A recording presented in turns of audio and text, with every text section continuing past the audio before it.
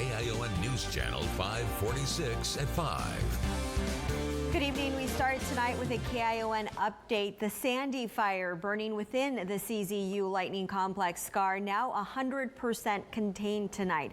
A flare-up from last year's disastrous fires in the Big Basin area. Crews were able to keep that fire to just over 11 acres, but these photos showing just how much forest litter and debris has been left behind in this area. Thanks for being here tonight for KION News at 5. I'm Veronica Macias. Nearly 87,000 acres burned in the CZU Lightning Complex fires last year, and CAL FIRE continues to monitor that burn scar in an effort to prevent further destruction while also working on reforestation in the most impacted zones.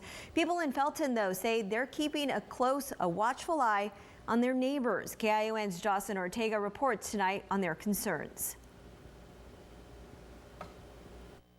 That's right. Local residents say they are most concerned with the dryness in some of these areas, especially those where there are still piles of debris from last year's fires. Now, CAL FIRE officials I spoke with say they are still working around the clock every day to monitor the areas and make sure that any debris is cleaned up with controlled fires when it is necessary. But there's also efforts taking place to replant and restore some of the areas that were once thriving. Felton resident Stephen Robbins says the CZU lightning fires of 2020 taught him lessons he'll never forget.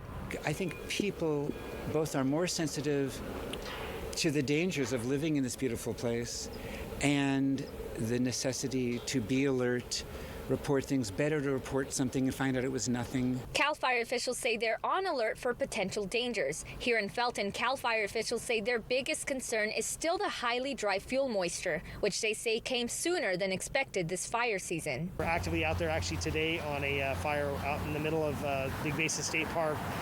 It's about 10 to 11 acres of just ground fuel that was ignited from one of these root fires that has finally surfaced and found a receptive fuel bed. Currently, teams and nurseries are also on a mission to replant in the thousands of acres in redwood forests that were impacted by the fires. Right now is just the time when you start, getting out your binoculars. You can tell by those branches will get really heavy and those cones will just really weigh down the branches, and you can just really see that it's a heavy crop. Bernheisel says the time for them to gather the cones is during the winter. That's when experts can come out to cut open the cones and test them to ensure they are right for seeding. And with thousands of acres in need of reforesting, plenty will be needed.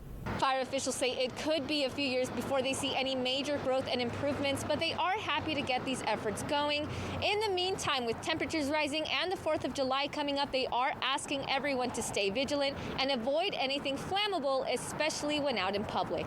In Felton, Jocelyn Ortega, KION News Channel 546.